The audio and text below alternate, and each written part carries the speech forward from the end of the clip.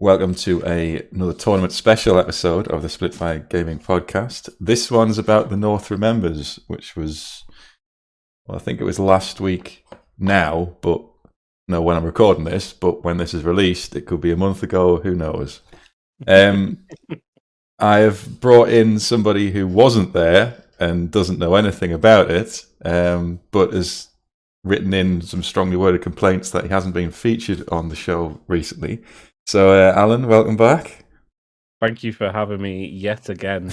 I was supposed to be there, but I had a perfectly cromulent excuse not to be there.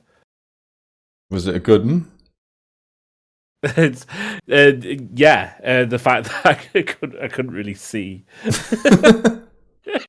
And I still can't. You're turning into a tech priest as far as I'm aware. But we'll not go into your medical history on it. Keep it light. That sort of scuppers my "have you done any hobby recently" filler conversation, doesn't it? I've been writing army lists for the Triple Crown, so I'm hoping to go to the Triple Crown. Hopefully, I'll be able to see by then. But it does mean that I'm not going to be able to do any painting prior, until I think 8 days before Triple Crown. I'll be able to start painting. Yeah, and it's like, well, that's a good challenge. Yeah, so I was like, well, I can either write a list where I don't need to do any painting, or I can write a list where I only need to paint maybe one unit or one monster, for instance. That's maybe slightly reasonable. But the whole hobby's been on a bit of a blocker, and but yeah, I've been writing army lists. Maximum zoom, when we're trying to read things on my computer, and I've got a couple of lists where I don't need to paint so much. That's all right. There's no. I'm going to keep what I'm taking to Triple Crown a mystery. Ooh. Although anyone can work it out. Yeah. I think people could guess. Although the one after Derby, that is going to be different to the list that I'm not telling you what it is just yet. So the North Remembers, which you weren't able to go to, but I was. It was a bit different in that it had some interesting. Before I'd go through my army, it had some interesting extra rules and things that influenced the list that I ended up taking. So it had things such as cannonballs aren't templates; they randomize like shooting, and and characters and things. Characters, when their challenges end, their mounts, if they haven't gone, could go into combat afterwards. So it didn't stop the entire combat round for the character. So that combined with a offhanded conversation with Steve that I had about what is the maximum amount of dragons you could add into a list and it still being legal, informed the list I ended up taking.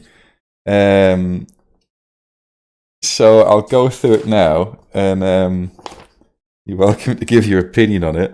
So, well, things to remember. It was also 3,000 points as well. Oh, yes, it was 3,000 points. It's most tournaments we play are like 2,500. Yeah, this would not have been possible at any lower points level, which is another reason why I thought I'd go for it, because the 3,000 points tournaments don't come up that often. And rather than just bolt on another big unit or something like that, I thought I'll do something completely different and out of my comfort zone. Yeah, I agree completely. I was going to take Warriors of Chaos. I was going to use Archeon because you can take him on foot, I believe, in 2,500.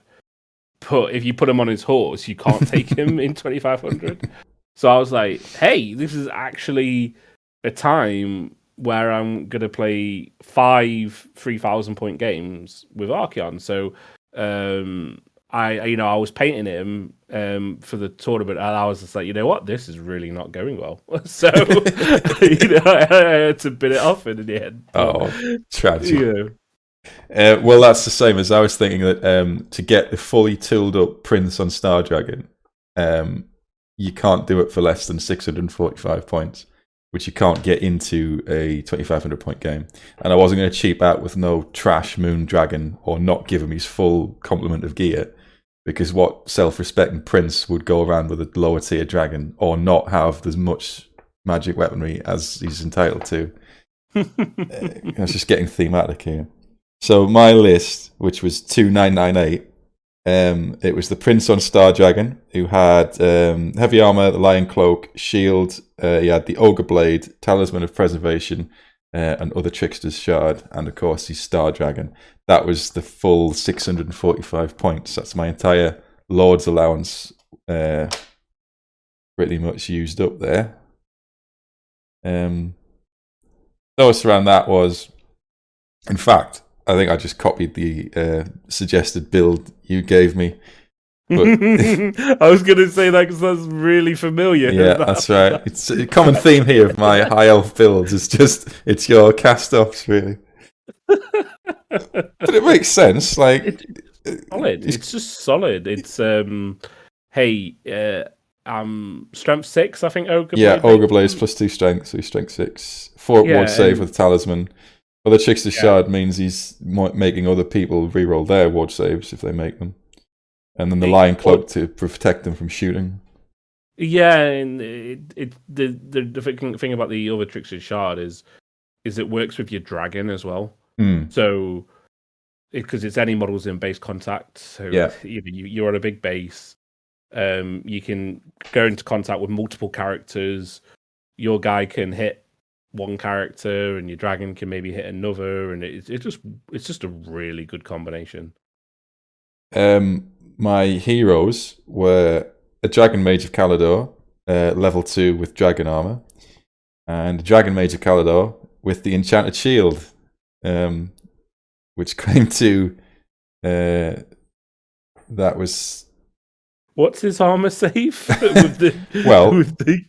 He is mounted on the dragon, so that's 6 up, and then Dragon Armor's heavy armor, so he gets a 4 up, and the Enchanted Shield is +2 to your armor save, so they're both 4 up. The Dragon Armor guy gets his 6 up ward save, but that was it.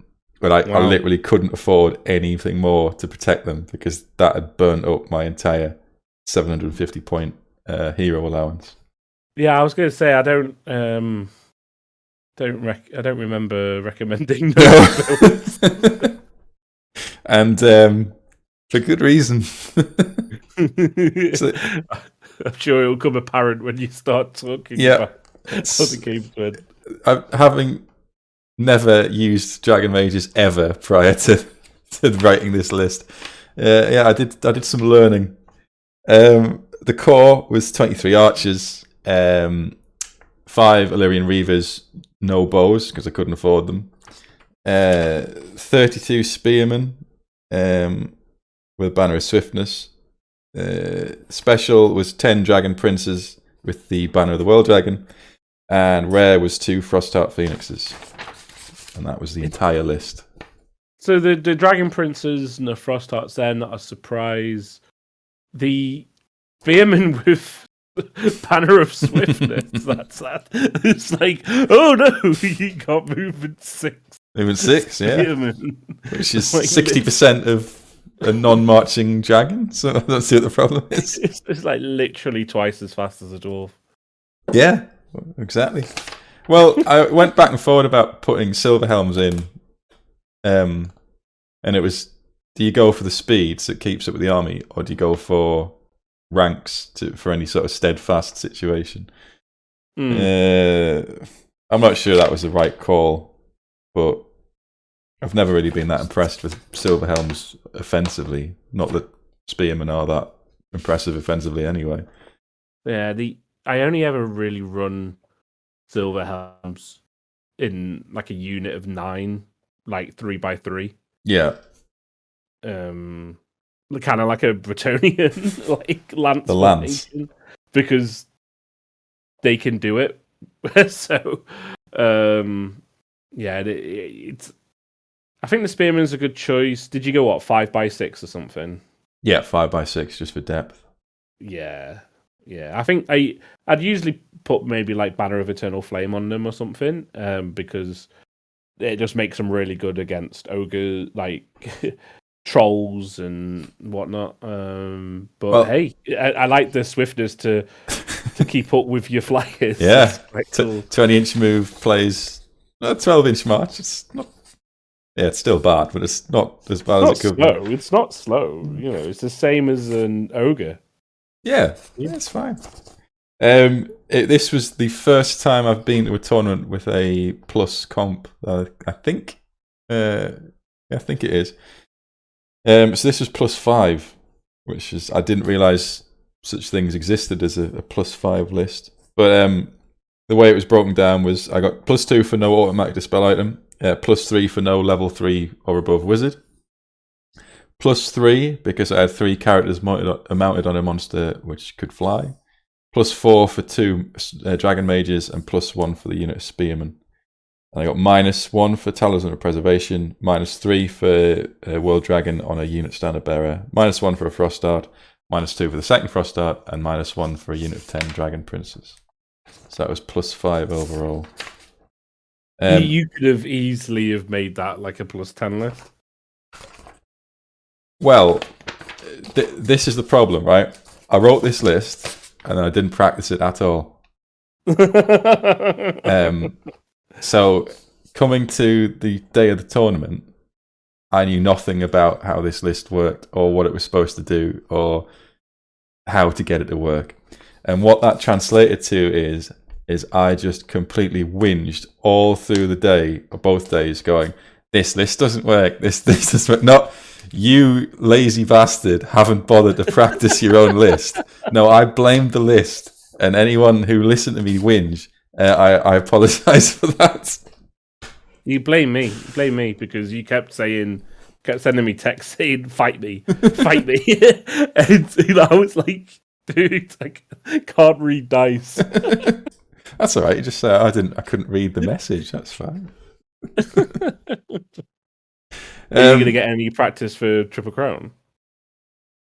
I hope so. I've got a few practice games for Derby, which I know is further in the future, but it's a different list to the one I may or may not be taking to Triple Crown.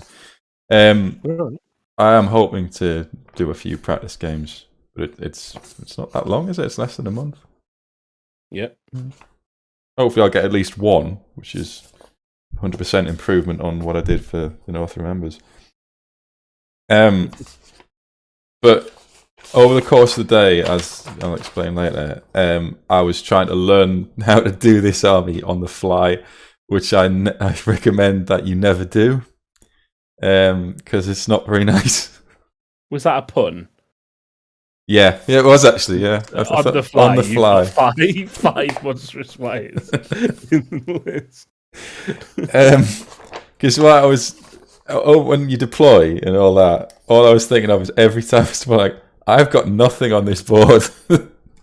Like everyone has spent 3,000 points on like massive infantry blocks, and I've got 3 dragons, 2 frosties, and some stuff. And that's it.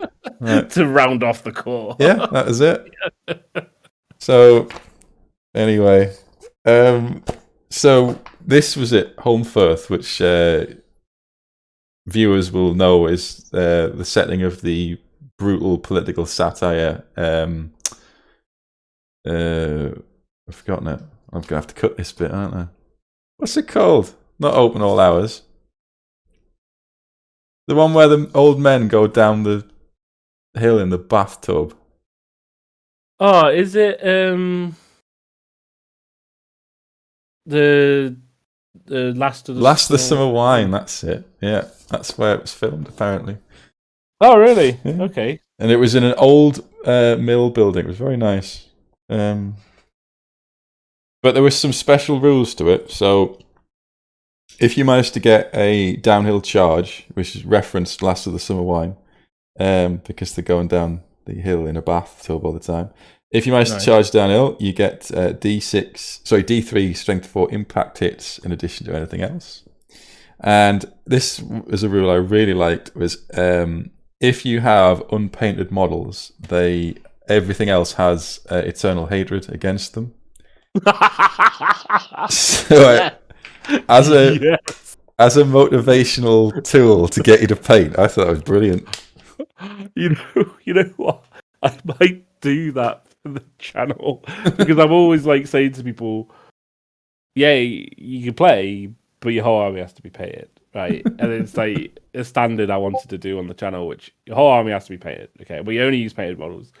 But I might start saying to people, "Yeah, you can bring your unpainted army, but painted models get eternal hatred against unpainted models."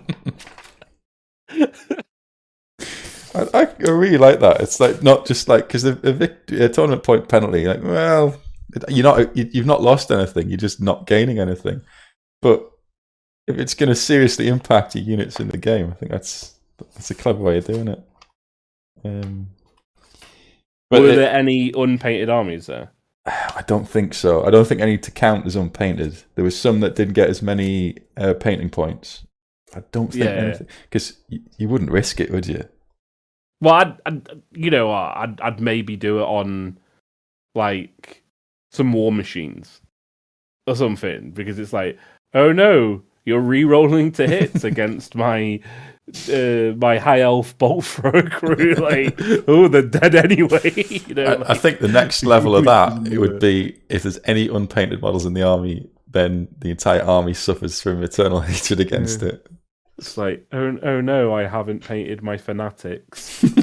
Get them into combat. Oh, you can't. But I think I like the rule. I think it's funny. Yeah, I liked it. Congratulations to Tim for doing it, because it was a great tournament. I really enjoyed both days. So yeah, it was a 2-day tournament, 3 games on the first day, 2 on the second. So the first game, it had its own. Every game had its own little special rules. So the first one was Dawn Chorus, which was deployment as per Dawn attack, random deployment. And the special rule was on the first turn, you rolled 4d6 and multiply the result by 2. That's how far your troops could see. And on the second turn, it was 4d6 multiplied by 4. And then from turn 3 onwards, it was like the dawn had broken, so you could see again. So the average on 4d6 is 28? No, well, it's 14, but then you times it by 2. So 28. So that would be 28. So I was reading this frantically the night before the tournament, or just to see how these things would affect my army, with it being not what I'm used to at all. So I thought this would be quite good, because you can keep the dragons and the big monsters. Potentially, if you get a lucky roll, the war machines and the things that are really threatening them to them won't be able to see them, at least in turn 1. So you've got sort of a free move there. Yeah, like you could deploy them, because I think you're 24 inches away, aren't you? Yes. Like your deployment. So you could deploy them 7 inches on. And then on average, they're not going to be able to see you turn 1. Yeah. So I will click this magic button here, because I took some photos to illustrate the point. To illustrate the game, I was playing against Nick and his Tomb Kings. He's got a reputation, I think, is the nicest man in Warhammer, which is very true. So he had I think it was 2 blocks of chariots, one with Setra in. He had he had the Herald guy, like his bodyguard. I forget what he's called. He had a casket, 2 Screaming Skull catapults. I think he had a big block of Tomb Guard. He had a, what do you call it? Not the Bone Giant, the other one. The Hero Titan. Yeah, Hero Titan. And I always pronounce it Hero Titan. Hero. I know it's Hyro, but I can't like. I just remove the I. This is like Hero Titan. Hero Titan. So we roll off. We deployed as per Dawn Attack. I think I got everything was quite sort of spread out. So this photo, there's like one of the level 2 Dragon Mage was all the way out on the left hand side. Then the archers were on the hill. That was quite lucky. Reavers, who cares where they go? Then the monsters sort of went more towards the right hand side. So he had a load of chariots as well, as you can see there. And I had no idea what to do about them because you don't play Tomb Kings very often. You just run a dragon into it. Yeah, that was my plan. So I rolled. I went to go first. So I sort of moved everything up. My plan was to just go all into this unit here. These chariots here. Mm-hmm. Because Setra was in there, he eventually joined that unit. So I put pretty much the dragon, Frostheart, and the prince into them. I managed to get the Reavers up to the right-hand side with the idea of going after the catapult. Mm-hmm. Didn't really know what to do about the Hero Titan. Didn't really know what to do about the Tomb Guard. And then my plan for the load of chariots on the left-hand side was, I don't know. I'll just deal with them later.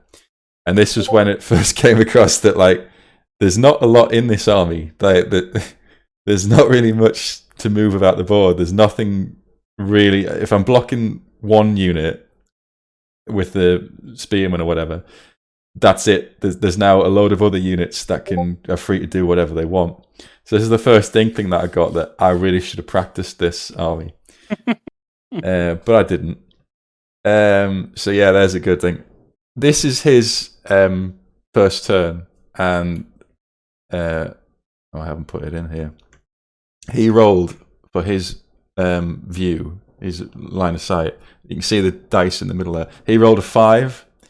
So that tape measure there is the extent that all his army can see, which saved me a bit because it meant the catapults could not hit anything. So it's a bit like the Siege of Winterfell.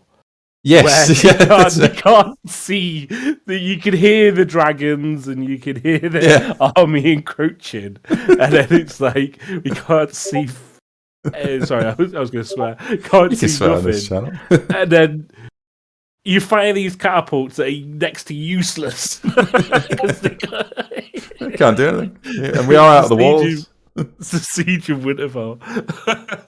Okay. The Dragon Princes, because of where they ended up, were way off, and I'd misdeployed them, which I would continue to do throughout the entire tournament. So they're a bit off to the right-hand side, nowhere near where they should be, which if I did this again, I would go probably everything at the big block with the Lich Priests in, the Tomb Guard. For some reason, I went across, because I thought, I'll kill Setra, but then Setra isn't the Hierophant. So why I did that, I don't know. Anyway, I charged these dragons and the phoenix into these chariots, and I think, this is going to be great. And they completely bounce off them. So these monsters, because this is where the mathematics starts to come into it, they've only, in inverted commas, got 4 attacks each. And the stomps is really where they're getting their value out of. Can't stomp chariots. you cannot stomp chariots, as there we go. So the phoenixes and the dragons bounced off these, didn't do any damage in the first turn of combat, bounced off these chariots completely. So they're pinned there, while the entire rest of this army can do whatever it wants, which was not ideal. Did they bounce as well? Because if this was Setra's unit of chariots, then wouldn't the basic chariots have Setra's weapon skill? Yes, they've got his weapon skill, which is a problem. So they hit on 4s. Managed not to wound I don't know how. It's strength 6. So that was not ideal. This is the pile up. So yeah, so the it's like a proper. Like those dragon princes, like we can't charge that. Yeah, so I've completely blocked the again a lesson in how you should practice the list before you go to a tournament. So I've managed to completely block the chariots with the monsters instead of going into the tomb guard where they will be able to stomp and everything will be fine. So that they can now not help. I put the Reavers into the side eventually for some combat res. I cast so Setra's joined there at the side. In the end I managed to cast Flame and Sword of Ruin onto this Phoenix on the end opposite him. So I think he becomes an Arcane Phoenix at that point. So he's a Frost Phoenix with fire on him. Whatever. And on his last, he managed to get one attack through, which killed Setra because he's flammable. And the Flaming Sword made his attacks flammable. So that's, I've killed Setra. And then I thought, well, so what? You haven't really achieved anything. And then did Setra kill him back with his curse? He did. And I think Nick rolled some horrendous dice rolls and was constantly cheerful throughout, which is amazing because I would be fuming. So I don't think Setra did it. I think he may have done a wound. He certainly didn't kill anything. So apparently that was the first of Setra's many deaths throughout the tournament. But I'll let him tell that one. So yeah, instead of being able to wipe out the entire chariot unit, it just sort of slowly crumbles, and then these stop getting pulled out of combat, and it's just a right grind. And the chariots here run down the archers. There's nothing they can do about that. They just get mowed down with impact hits, and there's 2 attacks each as well, so that was a failure. That's what happens to the spearmen, just hanging out in the middle. But so is this after they've killed the archers? No, there's there's 2 units. So there's the one on the more left-hand side, and there's one that came down the middle. So they both. Oh, so there's 3 units of chariots, because there was another unit of chariots. Yes, there's 3 units. Right, 3 units of chariots. Yeah. So that's what they can do to the spearmen, whose Banner of Swiftness didn't help. So yeah, that's what's left of them. But the I don't think I've actually covered that photo. No, I haven't. So the dragon, the prince on the star dragon and the phoenix, they come round. The reason the tomb guard are missing is because they managed to kill them all and kill the hierophant, which starts crumbling the army. But he's made some good rolls to save his army from crumbling, so they're not actually gone that far. The chariots destroy what's left of the infantry and the spearmen. They go into the dragon princes, but who break and manage to get away, and then they go through some impassable terrain, and they're still on the board by the end of the game. So by the end, pretty much everything is dead on both sides. It was an absolute bloodbath. I believe that Phoenix gets killed as well. So I think all I've got left at the end is the Prince on the Star Dragon and the unit, or one Dragon Prince left. So when it's all totaled up, it's a 10-all draw. Wow. Sorry, I forgot to tell. Yeah, so the dragon charges into the casket of souls at the back, and you know a rule that I'd forgotten is that it explodes. So all of my monsters are in a very small area condensed around the casket of souls, which then detonates. And I think it took a dragon or the frosty or the dragon died as that exploded. So how not to play a list, really? After I've just, in that previous episode saying Tomb Kings are the lowest tier, a 10-all draw is what I could manage to get against them. Yeah, so that was like what you classed as a tier A. A tier A army going up against... What? No, you described it as trash, actually. I think it wasn't the lowest tier. Yeah, it was. Yeah. Yeah. I think that's what the thing said. It's not even like eating words because I did that episode after this tournament. So yeah, yeah. I think it's if you like, it's a tough matchup when you don't know what the other army does.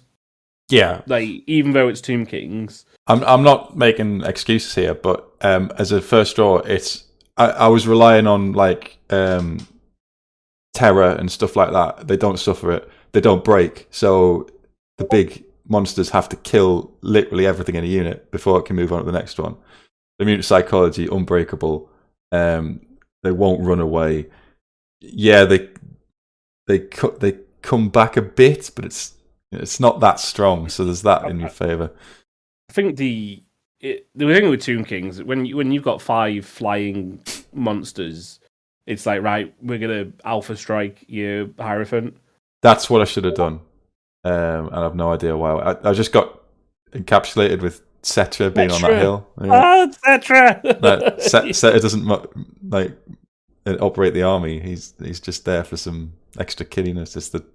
So when I got round and managed to kill the Tomb Guard and the Hierophant, they're like, well, you should have done this 3 turns ago. I think what I was worried about is all them chariots going into the side of me dragon and Phoenix, but they're only strength 4 on the yeah, so really should have been all right. I don't know. And well, they would have been strength 3 if they. Oh yeah, because the Phoenix. But I misused the Dragon Princes. They just hung about, didn't really, trying to edge past this wood thing there and try to get into it, and then they just got hit by chariots and legged it. So that would save me some points. Misplayed putting the big monsters into the chariot block on the hill. When we got round to destroying the Hierophant later on, it was it's tough from his perspective as well, because it's like, right, I've gone a casket, 2 stone throwers. Oh wait, and I can't shoot 2 on. Yeah, that's crippling against the monster arm. Yeah, it's like, oh no. And the casket, if he'd got that off, then, which he would have probably done, because he gets like plus D3 to his casting. Yeah, you get plenty of So he's keeping the Hierophant near the Hierotitan near the Hierophant to boost his casting, and then the casket gives you D3 extra cast dice, power dice, which is really strong. So again, learning about this list, I was completely outmatched in Magic for the whole tournament, starting with this, because the highest I've got is a level 2, and Dragon Mages do not add anything to dispel attempts. Yeah, it's no, they won't. It's. I was just thinking about, oh man, he wouldn't have been able to do his casket turn 1 because of the 10-inch sight range. But then I was like, hold on a second, it's like you're putting on the light show, so surely it's about whether they can see your casket and not about whether your casket can see them. The rules don't actually account for that for some reason. I know, but I was just thinking I was just thinking of like Indiana Jones, and I was like, oh well, we can't see that the bad guys are out there, so we'll keep it shut. It's like, no, we know they're there. We know that they're there. Because for some reason they take the lid off. For some reason they're charging all the dragons towards it. But it was a really fun game. It was a really good way to start the tournament. Really good opponent. Just got unlucky with these dice rolls, and it's only as I managed to drag it back. Was that a pun as well? Drag it back, yeah. That'll dragon it back. In the end, games correcting the mistakes I made at the start, that it was a draw, because he flattened all of he killed pretty much everything in the list apart from, I think it was just the Star Dragon and the Princes. It's not the worst start to a tournament. Well, it wasn't a 20-0. Well, being 20-0'd. So, yeah, I can't complain. It's my own fault. So the second one was Seize the High Ground, which was meeting engagement. There was a hill in the middle, and from turn 3, excuse me, the person who's got the highest score, the most scoring units nearest to the hill, gets 200 extra victory points at the start of each turn, to a maximum of 1,000. But if you're on the high ground, you can never claim steadfast. So 10-10, the draw came around. I was drawn against Nick again, so I had to correct that. And I was drawn against the Lizardmen, so I'll put them up there. Should have been a nice game for you.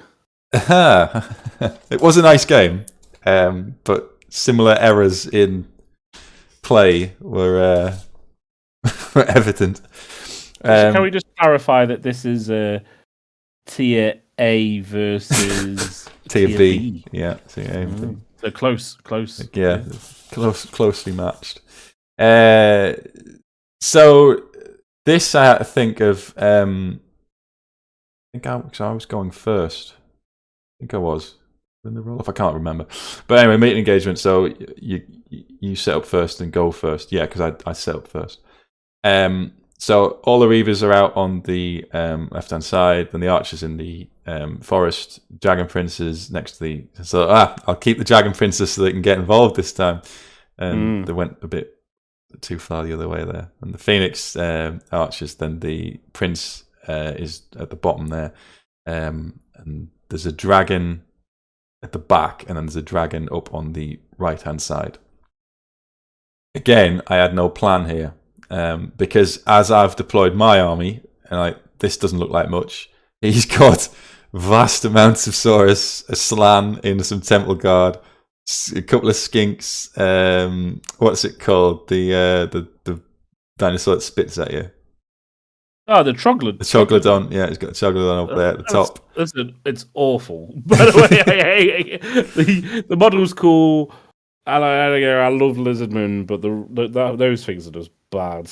It's a really, really nice. In fact, this army won best painted. Really nice paint. It's got the Lord Croak. I don't know if I've got it in here. Yeah, so Lord Croak's in there, but the new Lord Croak. But he's replaced the actual model with a Slan. But he's got his throne there, which is really impressive. Really well painted. Again, really nice guy. Really nice to play. This was Mark. I, even though I said I'll not forget your name, I did at the end of the thing. I'd ask him his name. Embarrassing, that, isn't it? So he's got these monsters here. So this is where I'm completely out deployed here. I've got my dragons and my monsters and a couple of bits and pieces. And he's putting down, here's some Temple Guard. Here's another big unit of Saurus. Here's loads of Skinks. Now here's my monsters. And here's the Salamanders. Right, this is a problem.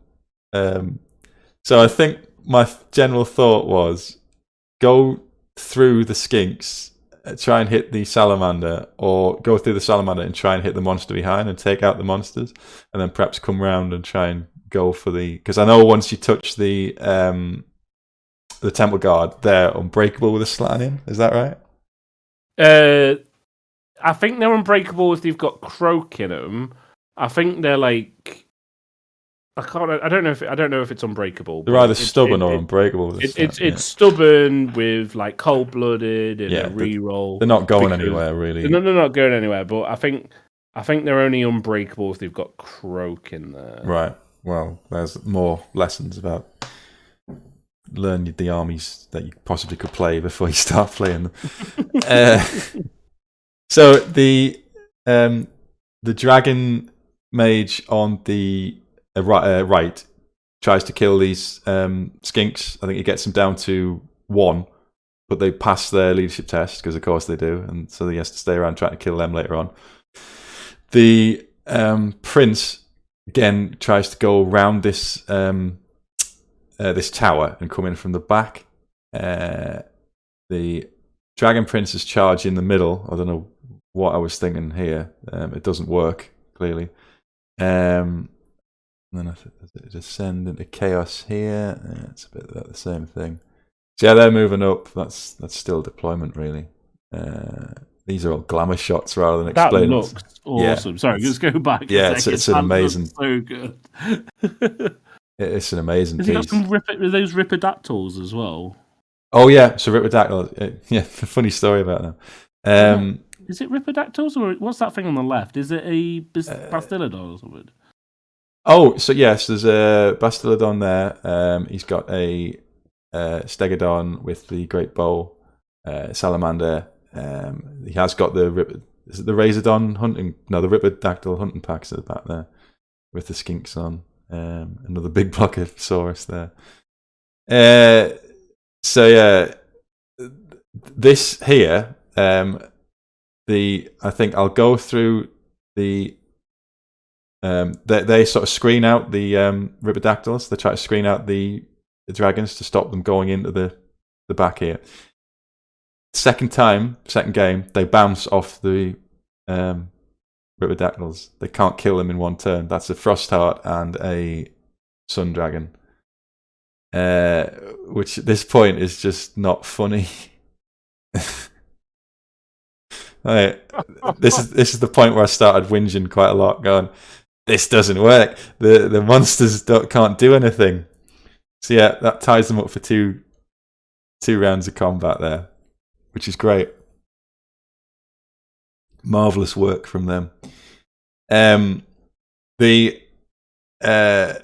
dragon princes sort of go into the middle. I think they destroy the salamanders. No, the salamanders flee. They don't manage to chase them, and then they are countercharged and just destroyed by, I think it's this bunch of by the temple guard there.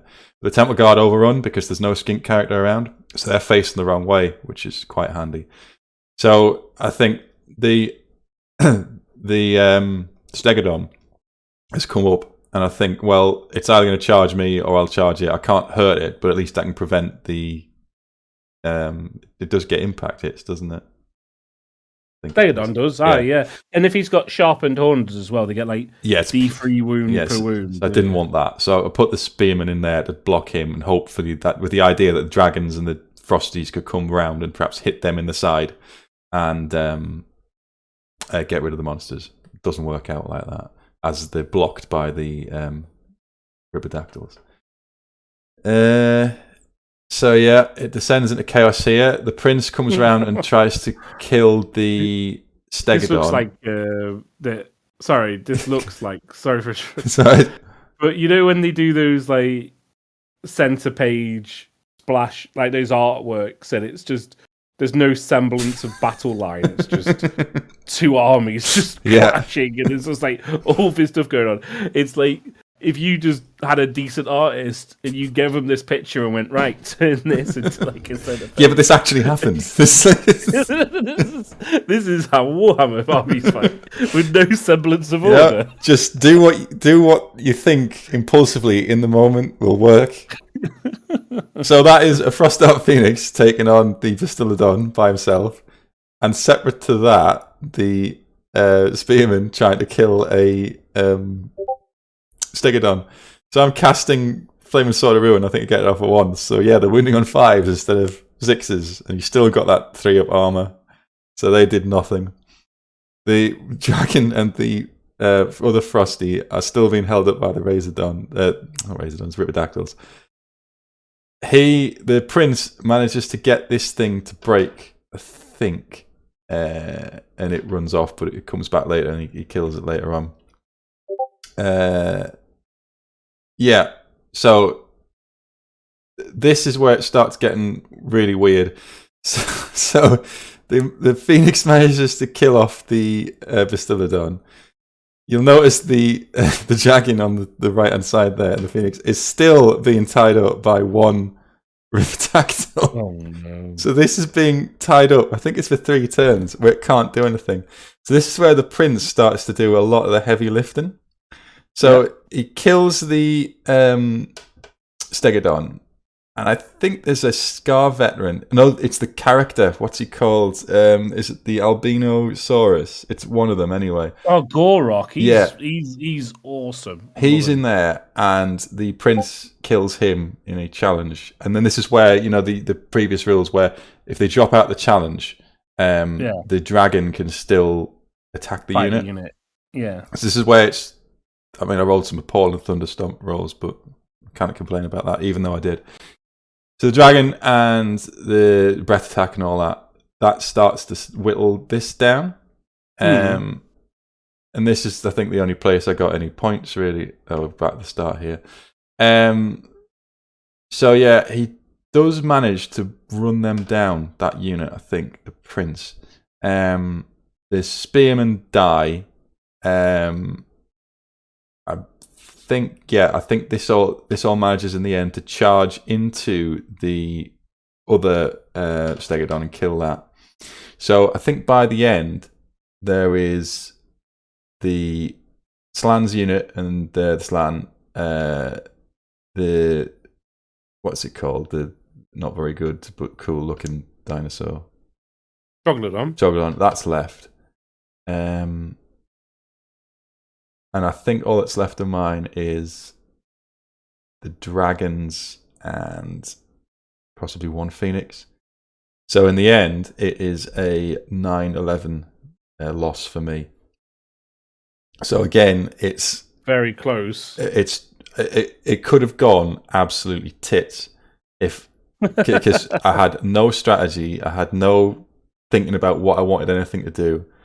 And it's only after I got myself into this mess with the Ripidactyls holding that all up, and the prince somehow heroically managed to, essentially turned everything around himself by killing the the Stegodon, and killing Gorok and dealing with this Saurus block. Because otherwise I'd have no points. Because I wasn't killing anything.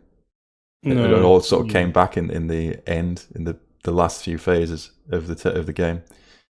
So this is what I'm saying about trying to learn this army as I'm playing a tournament is just not a great idea. Again, totally wasted the Dragon Princes. They just died in like 1 or 2 turns. Just put them in the middle. They just got crushed. Dragons got held up, couldn't rely on them to kill stuff that you can't Thunderstomp. That was a good screen by him that kept them out of the game for ages. If they weren't in there, they could have gone into this other unit of Saurus, beat them quickly, come back and trying to take on the Temple Guard. Spearmen, they held up a bit, but get ground down to nothing by the Stegodon. And I just managed to take out a few high price units to bring the score a bit back, but it was still a loss. It wasn't anything more than just luck and scrambling around trying to get some points towards the end of the game. So how many dragons did you lose? Oh, well, I never lost the prince on the Star Dragon. I lost the Star Dragon once. I'm sure at least one dragon dies here. Because one's dead. The level 1 one's dead. The level 2 is caught in combat with this Ripidactyl. And the 2 Frosties are alive. So because they're such a high points, certainly the prince, he's like, as I learned in the next game, he's just like, if it's all going wrong, he's at least a lot of points that you can preserve by keeping him out of harm's way. If it's all gone wrong. Yeah, because if he's like 645 and he's your general, that means it's like 745 that they just can't get. Yeah.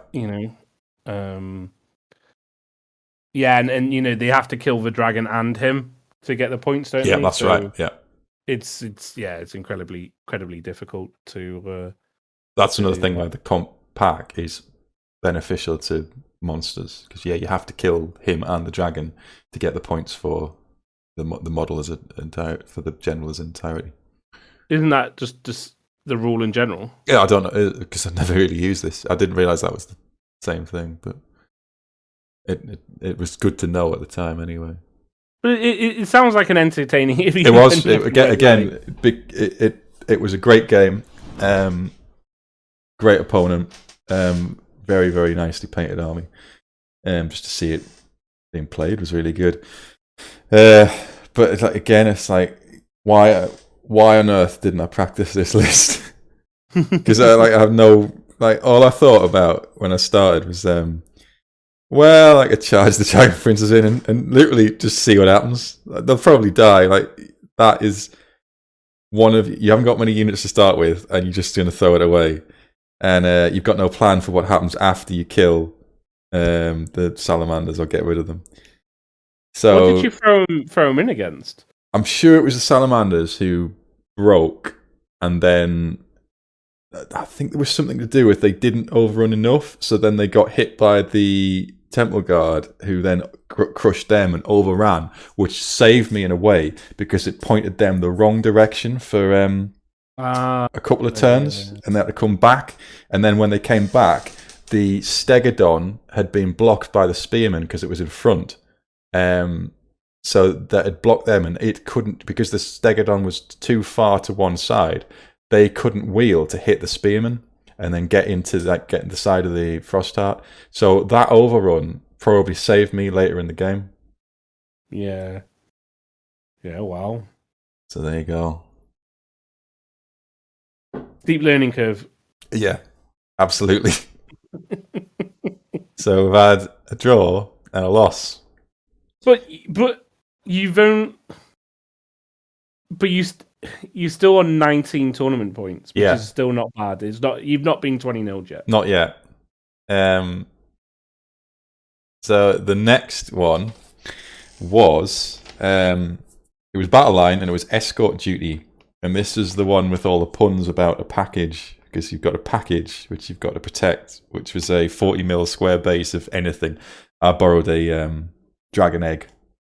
That was the thing I was supposed to be protecting, but it's got a it's thematic, but it's got a in the pack. He used examples like a warrior holding Archeon's favorite lunchbot, and so I was going to make one of them because I had Archeon in the army. So for my 40 mil, I was going to have a warrior just holding like a box, and I was going to paint it like a Thomas the Tank Engine. It's like Miami Vice or something. You know what I mean? You know.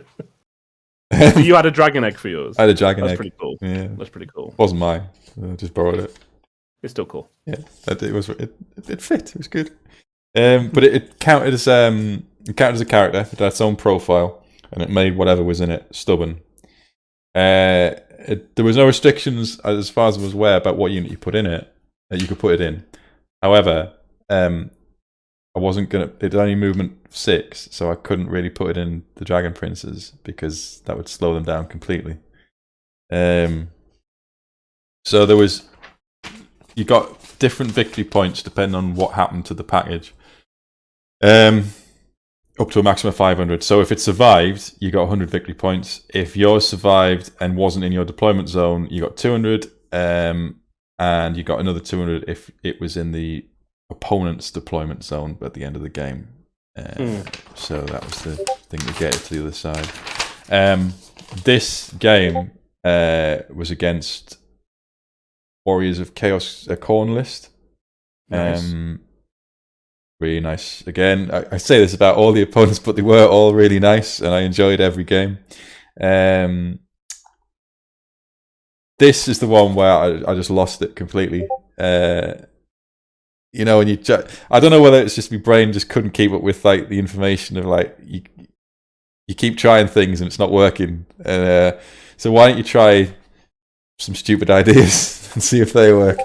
Okay. So this is let's see how this goes. Yeah, this is again, my practice is a good thing. So that's how he deployed. Got the what's the list? It looks interesting. Yeah, so there's a big bunch of skull crushers. Is that what they are? Yeah, the juggernaut things. Yeah, he's got a brick of marauders with, I think, great weapons. He's got about, I think, 3 units of dogs. He's got some dragon ogres, which are there. 6 of them. Unit of Khorne Warriors, and that's the package there on the corner. Some Chaos Knights and a chariot. There you go. There's a full out of it. 2 chariots, some more dogs, and what do you call it? A Dragon Ogre Shaggoth. Is that it? Yeah. Yeah, okay. Was it the big Dragon Ogre? Yeah, big Dragon Ogre. Yeah, Dragon Ogre Shaggoth, yeah.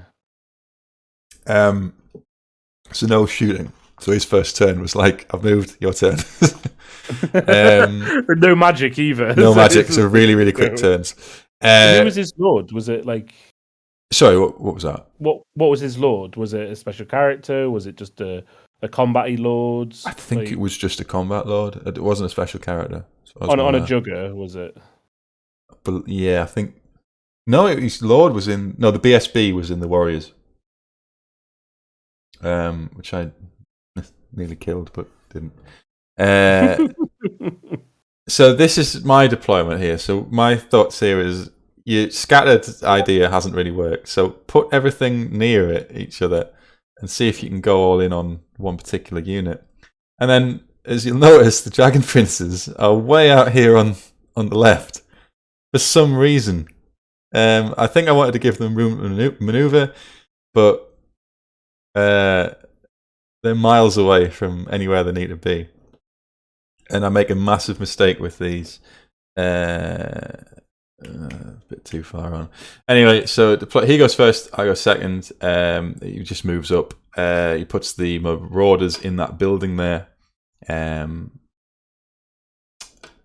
So the Dragon Princes move up too far. I don't measure it, because why would you? Which gives them an easy 6-inch charge from this chariot into the Dragon Princes. For some reason, I do that.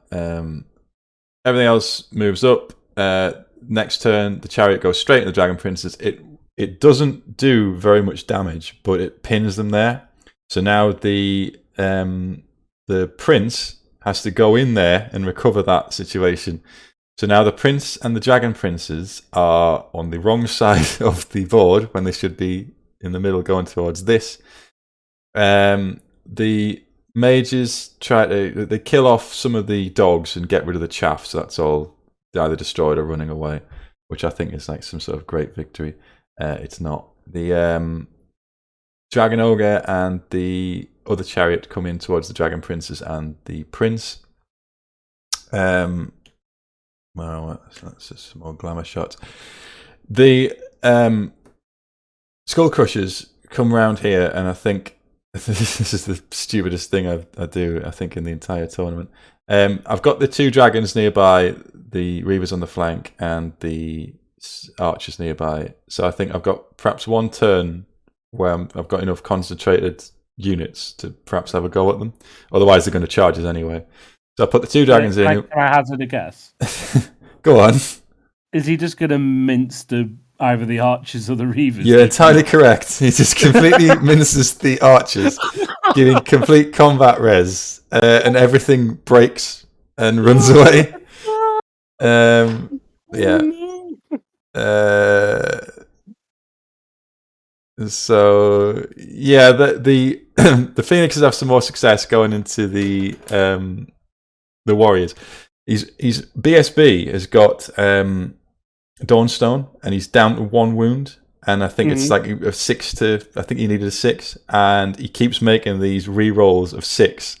So the BSB never dies in the entire game, which I was like, come on, why are the monsters not doing this? So they're all right there until the Dragon Ogres go in. But this is just like this side with the dragons and the archers is gone because they're all running away at this point. Those Dragon Ogres got great weapons. Yes. So they'll be like strep 7. So even with the frosty, it doesn't. It's still wounding on 4s. And there's plenty of them. So not going well. This is the prince trying to sort out some nonsense miles away from where he should be. And that was back at the start. So yeah, I see it because they come round. They go up at the top left after this of a pursuit move because I've got to run that down to get some points. And then it's like they come back in.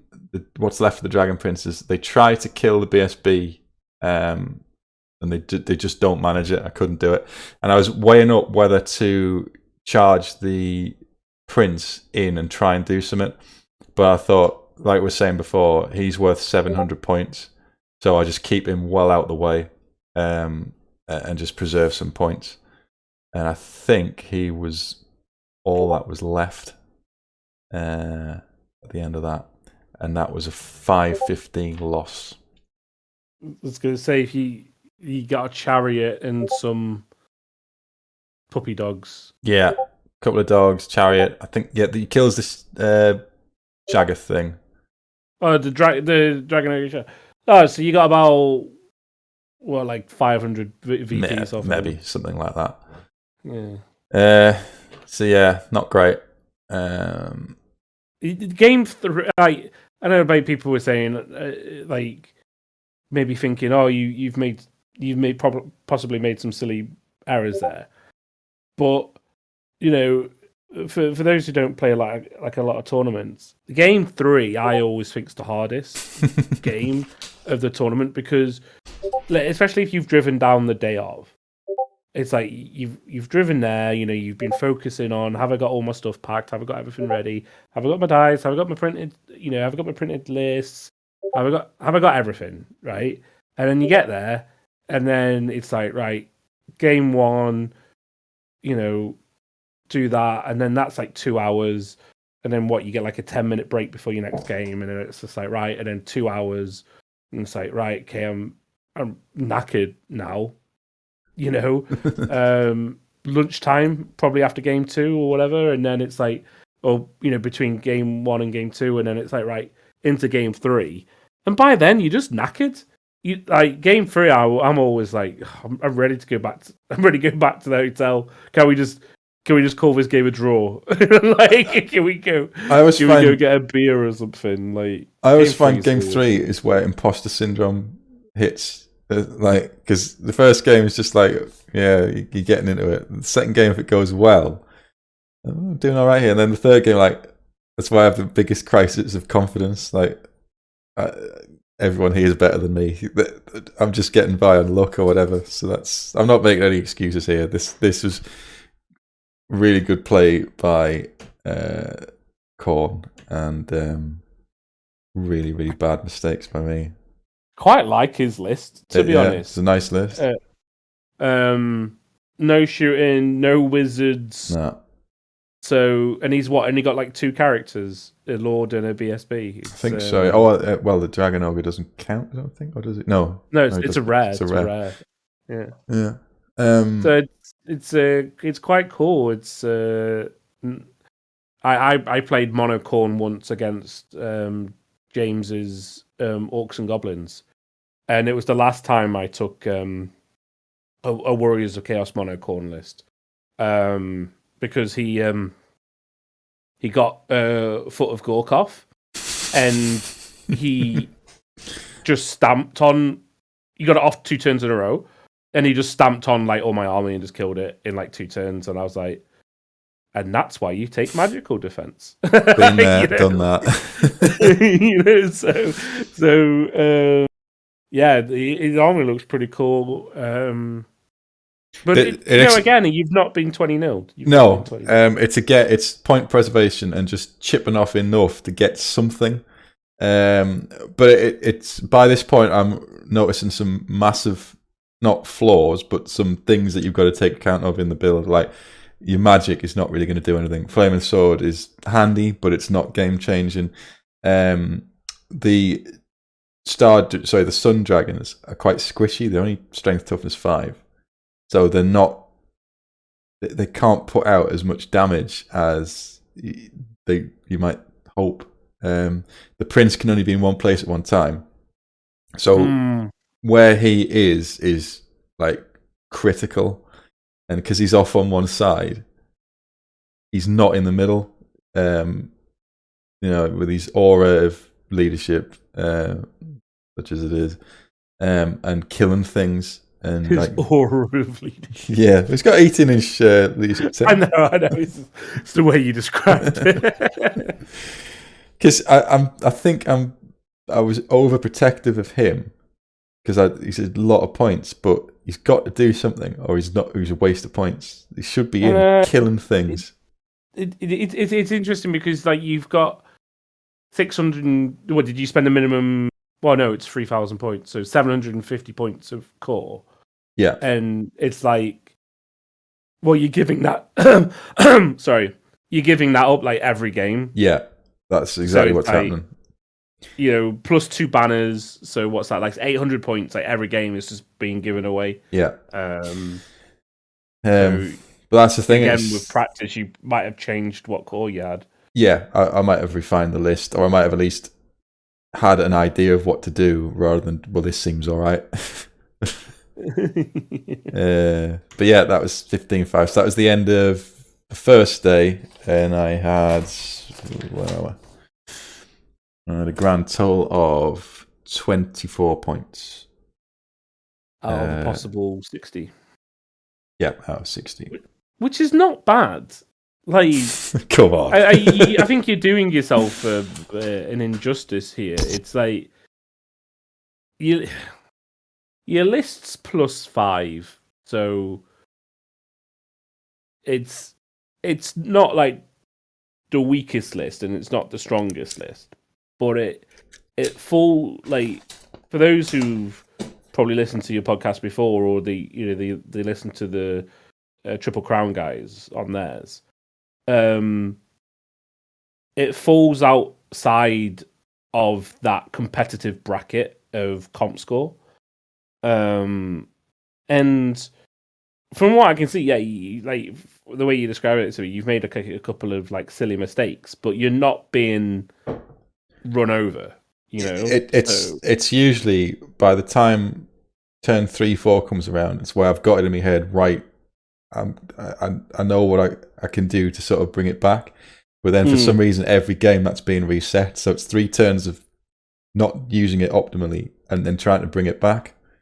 Yeah. So if I'd practiced it, I could have got rid of that. Well, hopefully anyway. I was going to say, you know what's really good against Khorne Chariots? What's that? Frost Arts. Well, and now I know that. Because they're strength 5, and the guys in the back are strength 5, and so even if they charge you, so you could literally park the Frost Heart directly in front of a chariot, like a Chaos Chariot, and be like, right, come at me, because he's gonna charge you, yeah, because he can't, he's stupid, well, whatever, he might run out of options, so he'll probably charge you, and then always impact hits to strength 4, so they're on 6s to hit you. His guys in the back, they're striking last. Yeah, so it's Frost Arts are like really good against chariots. I know that for like Chaos Chariots. I know that for next year. Yeah, well, practice makes perfect. Correct. Yeah, absolutely. So the next day, we draw. What is it called? Battle for Obsidian Valley. So this is Battle for the Pass, right? Yeah. So my list relies on monsters and some magic, and this is Battle for the Pass, where you can only ever get a maximum of +2 to casting for wizard levels. So, and I'm drawn against an Empire Gunline. And he's filled the board from side to side. There's absolutely no way past this. I got a better image of it. I love how he's got barricades for some of the front of his. Yeah, it's a really nice army, and he's got the land ship as well. He parks sideways. So, like, what the hell is that? Well, right. So yeah, so he has got the land ship. He's got the Null Iron Sides. I've never seen them before. I really, really like them. A massive block of halberdiers with I think it was a light mage, possibly. But all the characters are in there. there's a witch hunter in the Ironsides, but all the other characters in there. He's got these artillery park behind, which is 3 cannons, 2 mortars, and then on the other side there's the Hellblaster, which is behind the landship. And he's got the Illuminarch there as well, and he's got lots of detachments of crossbowmen archers. I really like this army. I like the Empire, and I like this army a lot. It's nice that you went for a land ship over a steam tank. Yeah, you just never see it. And like, never seen this before. Great. On the downside, this is the exact army I didn't want to fight in the exact scenario that I didn't want to fight. When it was drawn, and it was like, well, this is a good start to day 2, isn't it? But the guy whose army this is, he won the sportsmanship prize and deservedly so. Wait, what? The nicest guy in Warhammer didn't win the best sportsman award? It was named after him, so I think that was Tim said you can't win it because the trophy is named after him. But it's all true. Fair enough, yeah. So he was scattering his cannons. He was using, I think it's the old 5th edition rules. So he picked a point, and then he rolled the scatter dice and the artillery dice, and that's how far it went off target. So he wasn't doing the laser guided. Was that out of choice? Yeah, or? He chose to do that, which was really nice, really sporting. You know what? Fair play to him. Yeah. I don't think I'd personally do that, but I'm not there to win best award. That's certainly one way to do it. Yeah, that's not what you're not into it for that. But I mean, he was. I don't think he misfired with the cannon at all, and he did hit a lot of hits. Or the thing happens. Oh, it's missed the unit of trash, but it's actually scattered onto your prince. Like, oh, great! But I mean, you can't account for that at all, can you? So this is John won the best sportsmanship, and he fully deserves it.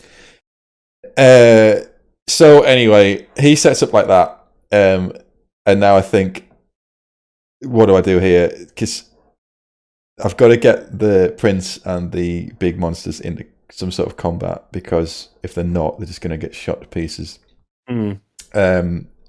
So the choice is either go after the land ship or go after the big block, and I go after the land ship. Not knowing what it does.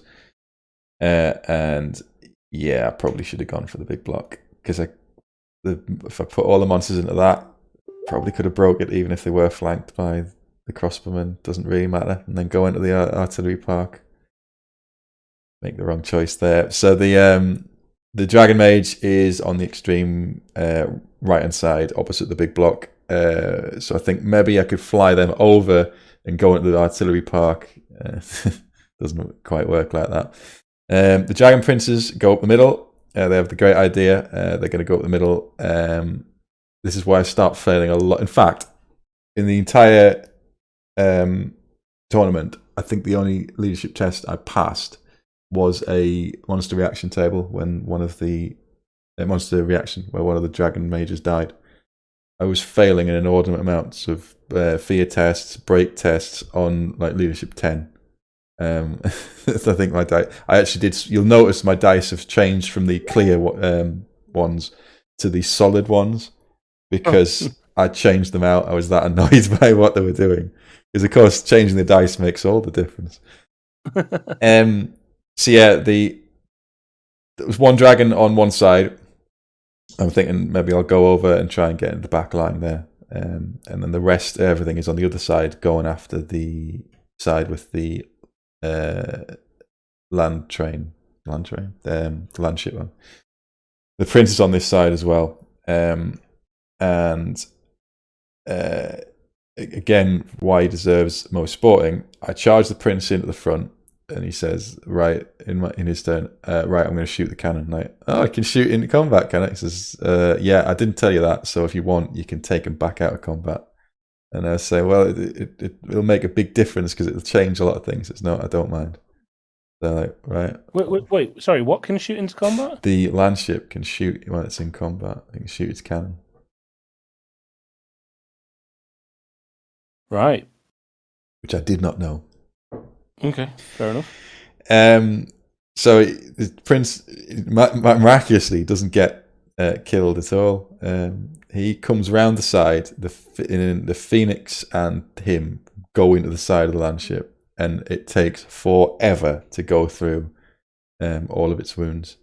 Yeah, those things are like, well, I think is it 18 hard, wounds or something? They? Yeah, it's and it's got a ward save as well. And I forget I've got other tricks to shard. So ward saves he's making, he should re-roll, but I forgot. That's my fault. The dragon gets shot up pretty bad. But I think the mage dies, but the dragon survives with like maybe a wound or two left. The Ironsides sort of move up to try and shoot at the archers, and that's on its side. That's the end of that anyway. So the Ironsides come forward to try and shoot the archers. I managed to kill, after about 4 turns, I think, the land ship, which explodes and does a few wounds, but it's fine. So the Ironsides are now out of position. So I managed to charge what I've got left, which I think is the Phoenix and the Prince and possibly one more dragon, into them. Eventually kill all them. But I think the one of these detachments, the one on the let's find a better one of that. No, I don't think there is.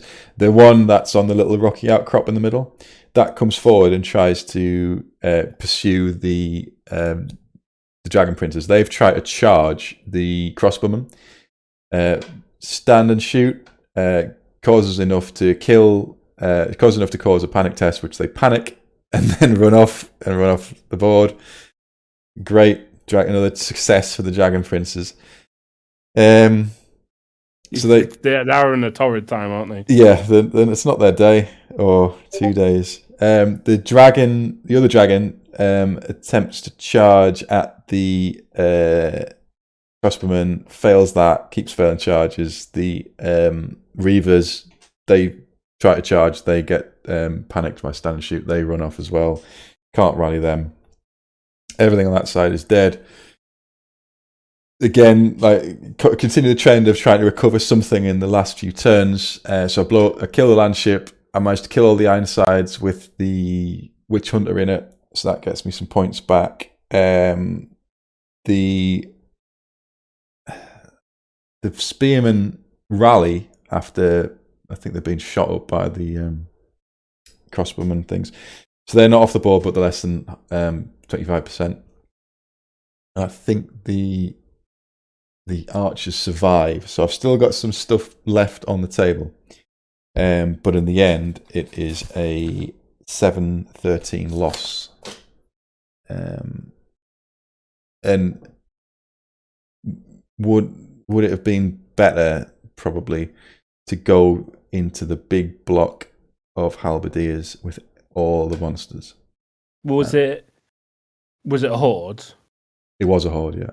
Yeah, I would have thrown like 4 monsters into it. Yeah, because that would have been Overstrike last, strength 3, and then 3 breath weapons into it. Running on like 3s, and then 3 thunderstomps, whatever. Yeah, so yeah, that was bad deployment. Yeah, it's coming up against an army that you. To be fair, like thinking about our play group, these armies you've played so far is not something you come up against often. Yeah, let me get the excuses out, right? So I don't play against these very often. It's a new army. I didn't practice. No, but I'm being sincere. Yeah, we don't have many Gunline Empire players really, or dwarfs or something similar to that. So landship, Like who? Yeah, landship. Yeah. Who uses the landship? I don't know what I was just so fixated on keeping away from the cannons, keeping the big things away from the cannons. And what do I do about the landship? I'm like, well, just ignore it. Just go from the other side.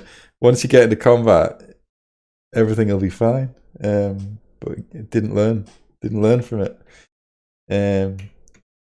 But it was a good game. It was an interesting game because it's different to the other ones. I think though, like if you've got 3 breath weapons, wounding on 2s, so that's like 21 hits, wounding on 2s. You're looking at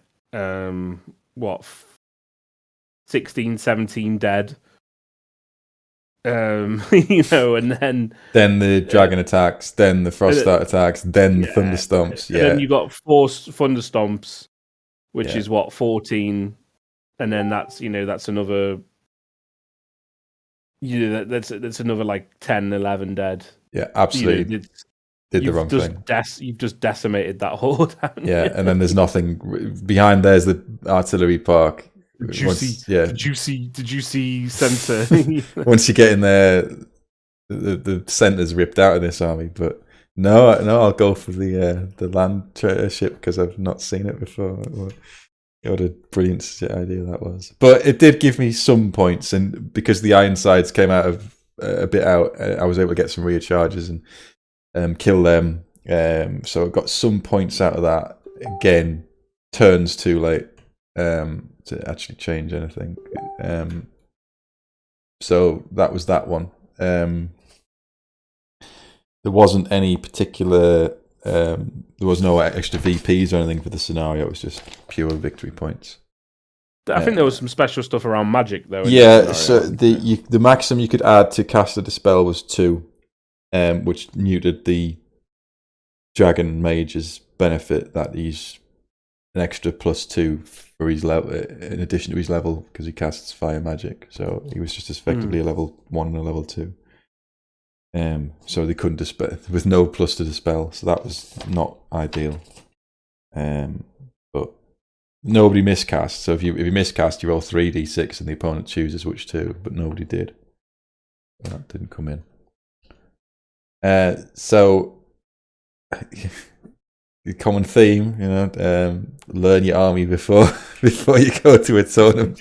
You're making me question about using one of the army lists I've selected for Triple Crown because I've never. Well, yeah, like I've only ever used it like once, so you probably do better than I'm me. like, do I really want to use this army? No, I've only played it once after hearing this.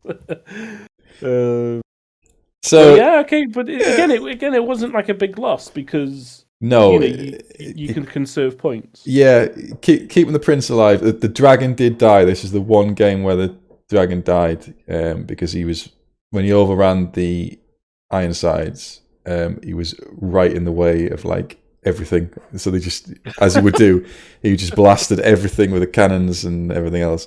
And the dragon died, but the prince didn't. So you don't get the full points. And if he had survived, that's another 390. He's Woodhammer. That's another 390 points that would have been denied, which may have changed it a bit. I don't know. Probably not in the but I thought we said that you don't get the points for the dragon. Did we? Oh, yeah. Yeah, I'm pretty certain. In that case. Yeah, you're right. Actually, you don't get the full mod points. I've just reread that. Yeah, so ignore that. So I can't. Yeah, I've cut that. So it's you're just giving away points. Yeah, just have them. So I started the day, started the tournament on table 5, I think, and then it's just been sliding down the tables all day and all so that the course of the day. Like I'm in double figures now. Don't know what table I was on at the end. So I just thought, well, whatever. Let's see if you can recover something at the end. So I was drawn against Lizardmen for the second time, and this is another lovely army. So far you've played. I've played Tomb Kings, Lizardmen, Corn Warriors, Empire, and then Lizardmen again. To be honest, they're quite nice armies to play against. Yeah, I mean, nice armies to play against, nice opponents. You're not playing demons. You're not playing dark elves or other high elves. I think it's quite nice. There was only one other high elf player. There was dark elves, but I didn't see any. Probably because I was on the lower tables. But this one, so you're just like, right, well, I've done my bit. We'll see how the last game goes, but I'm not expecting anything. I'll just accept it by then. This one was, I like this one as well. So you set up it was battle line. You set up your deployment, and then one Lord level character fights another Lord level character in a duel. And then if you win, you get 250 bonus victory points. Where you win, you cause a wound. So I think, the prince is designed for this. He's strapped 6. Yeah, it'd be fine. Always strikes first. Yeah, totally, you have to reroll your ward saves and stuff. Totally bounces off the old blood, who then wounds the prince back. Like, right, there's 250 points gone. Don't know why he bothered spending 100 points on all his gear when he can't actually do anything. People are aware. It was a fight on foot, wasn't it? Yes, it was. Use your mount. You couldn't use the dragon. You could count them towards your armor save, so you got the +1 for being mounted, but you didn't get Thunderstone breath weapon. You couldn't use them out in combat. So I was toying with, because I love this whole thing. I was like, you know what? I'm gonna take Archeon. One, because you never get to use him. Right, so I get to play him for 5 games. Well, I would have got to have played him for 5 games over 2 days. And 2, one-on-one combat against Archeon on foot. Like, okay, where's the threat here?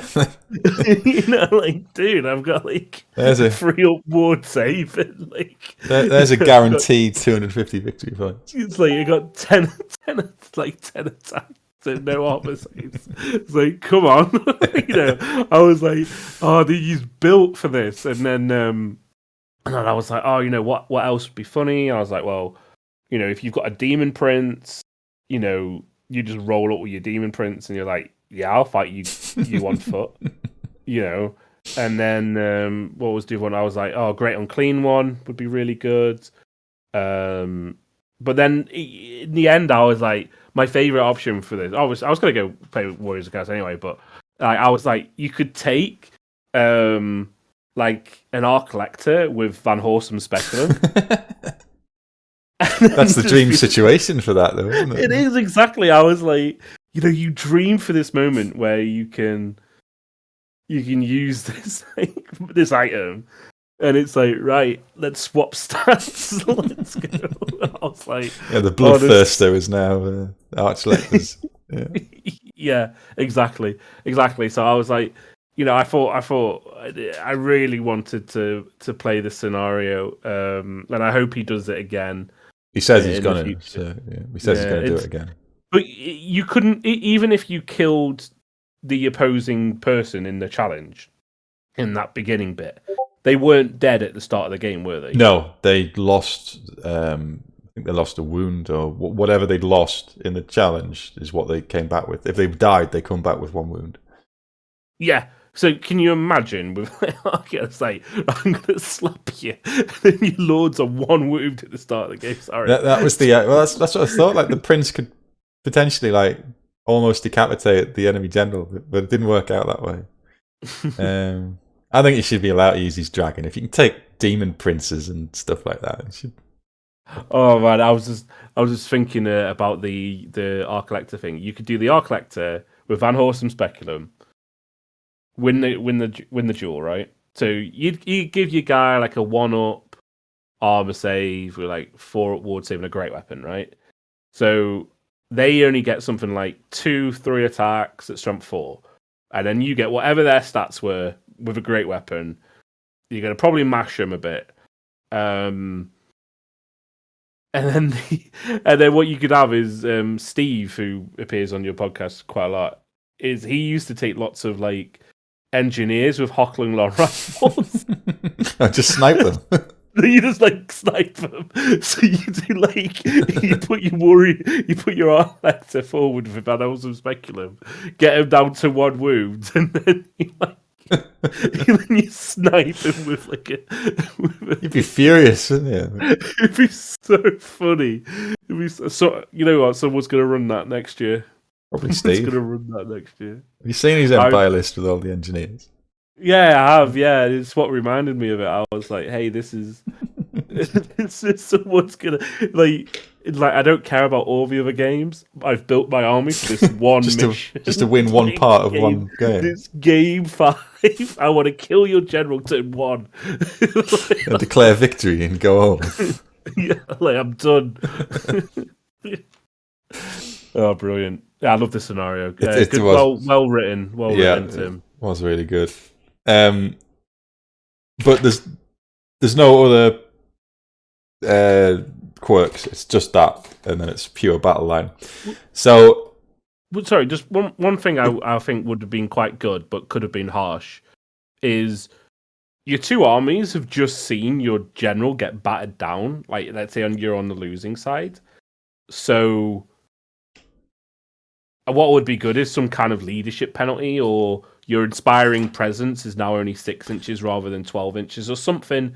Is that not a bit harsh that your general's now wounded and now your leadership has gone down as well? Well, I was just thinking, like, how could you do the psychological effect of watching your general just getting his arse handed to him?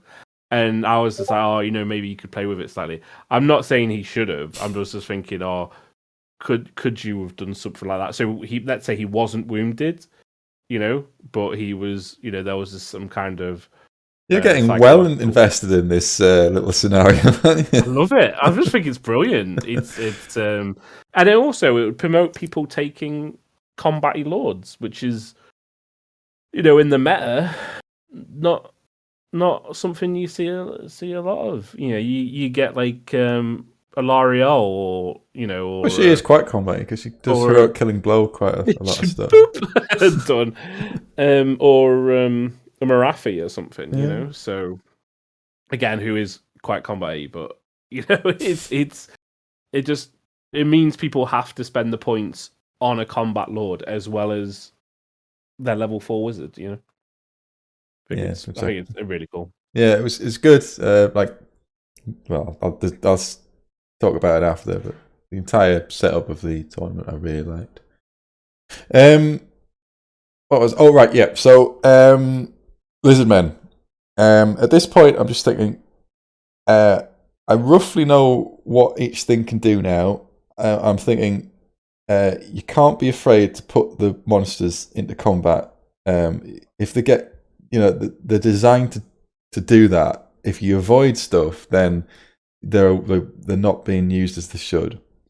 So I concentrate the monsters in the middle. So there's the phoenix, 2 phoenixes as you see, and the prince, more or less in the middle, along with the dragon princes.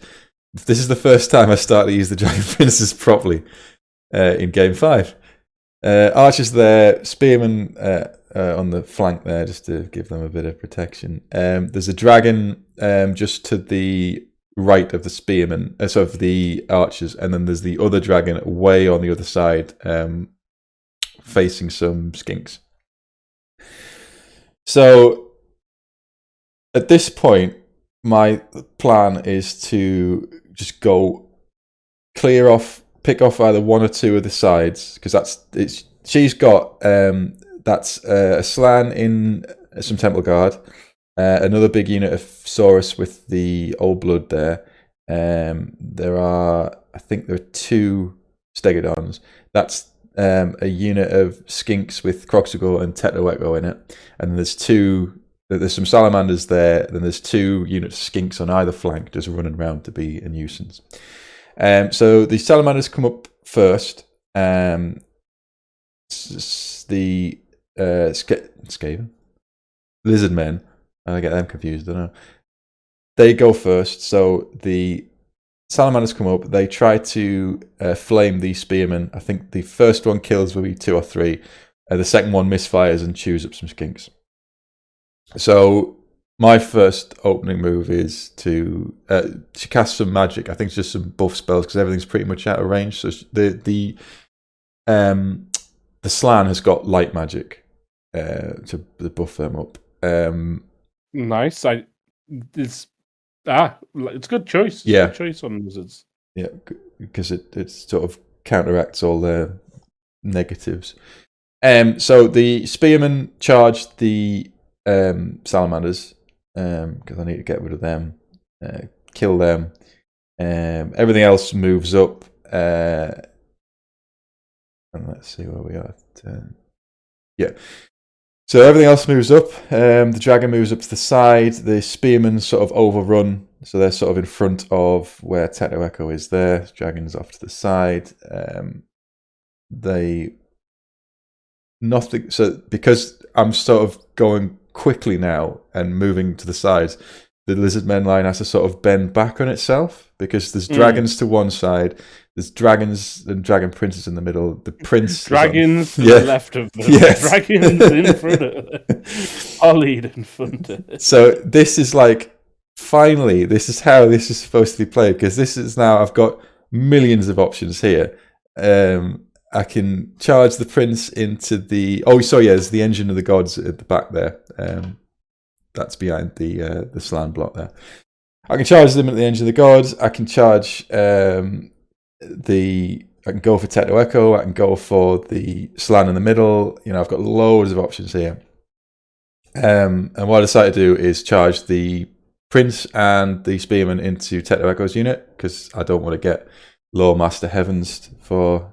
I've got a lot of flying things, and Heavens is pretty good against flyers. So Spearman and the Dragon go into Teto Echo's unit. The Dragon Princes and the 2 Frosties go into the Temple Guard, and I think I just leave everything else to the other side. I clear off the skinks from the extreme right side with the Dragon. I just use the breath because I think by the time he gets around into combat, he might not even get into combat, so I'll use it now where I can get some use out of it. Probably a misplay, but it made sense to me.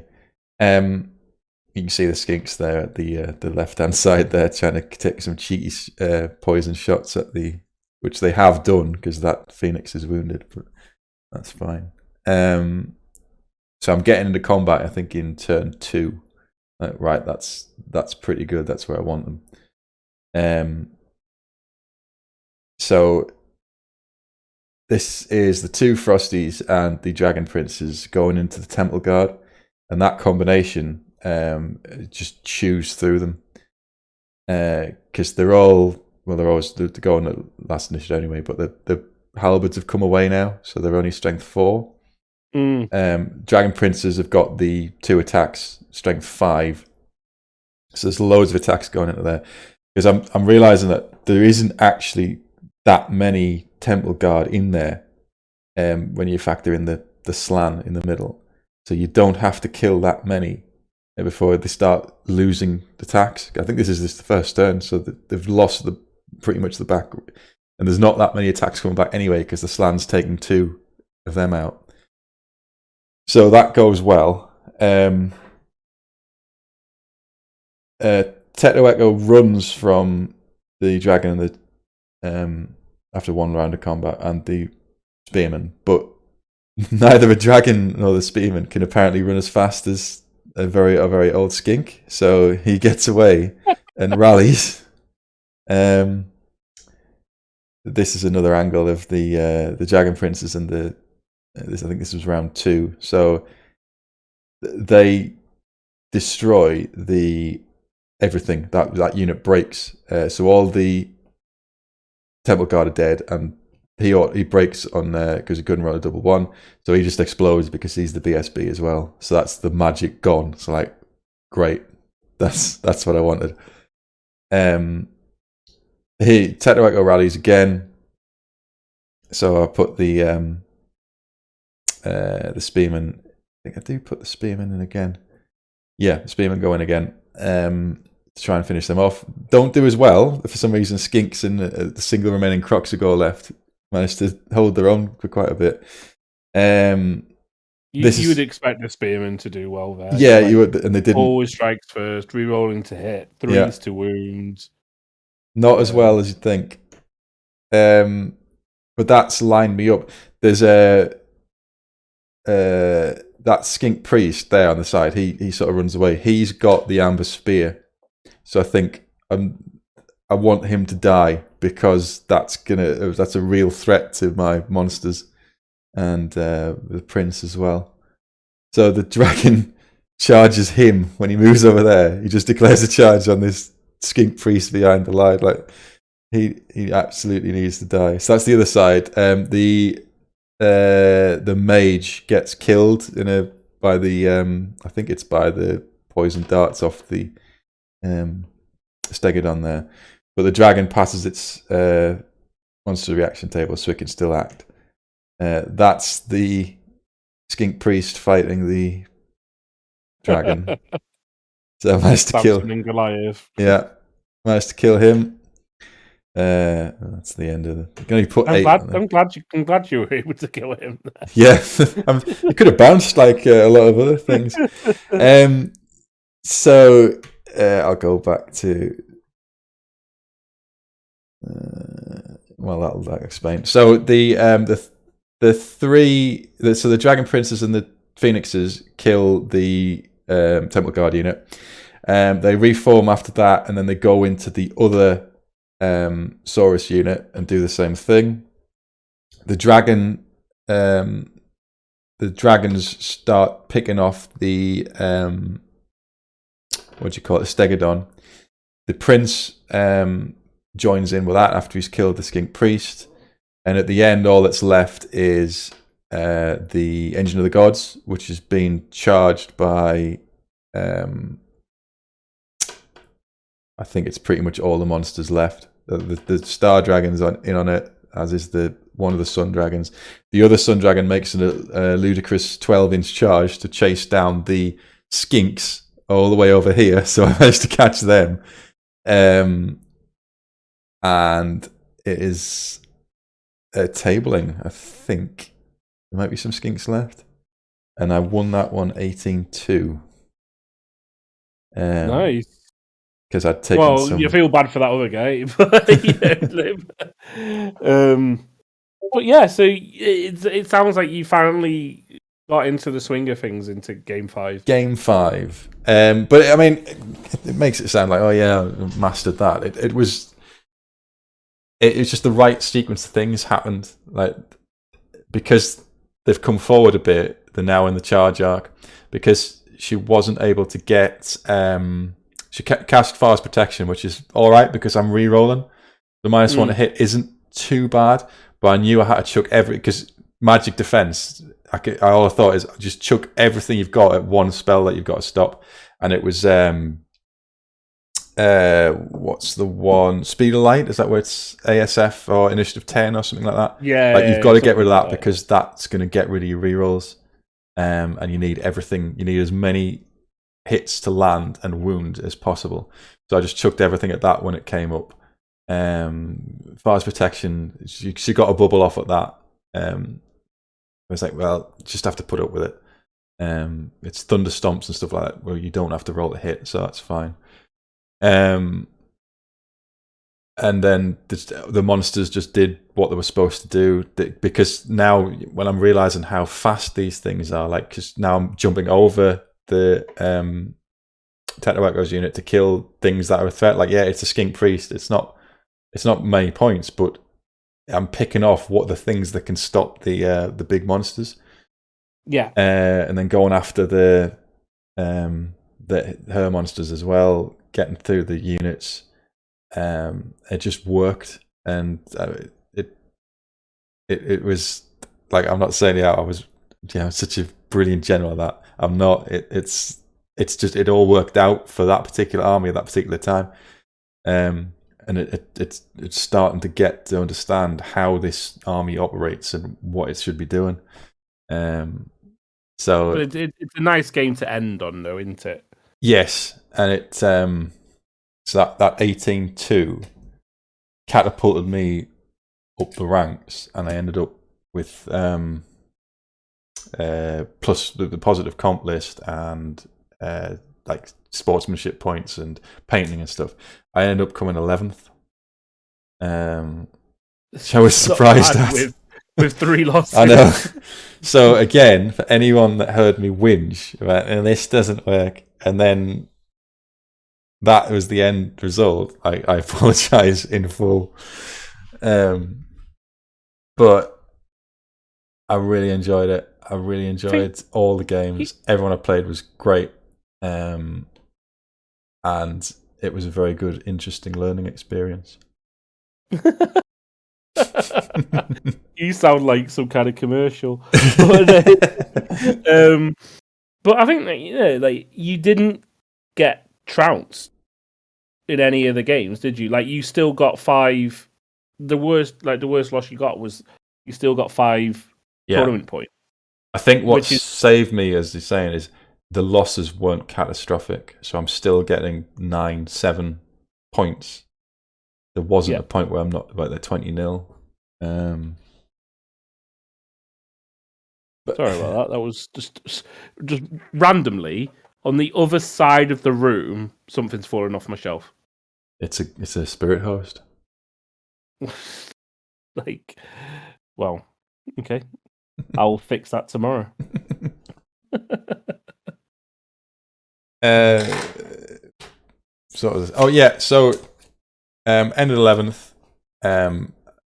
It was a really, really good tournament. And I don't think it's unfair to say it was on the softer end of tournaments, but that's nice. That's sometimes it's not hardcore high pressure lists, because John, who's the Empire's player, was saying if he wanted to come to win, he would have brought Dark Elves, but he brought a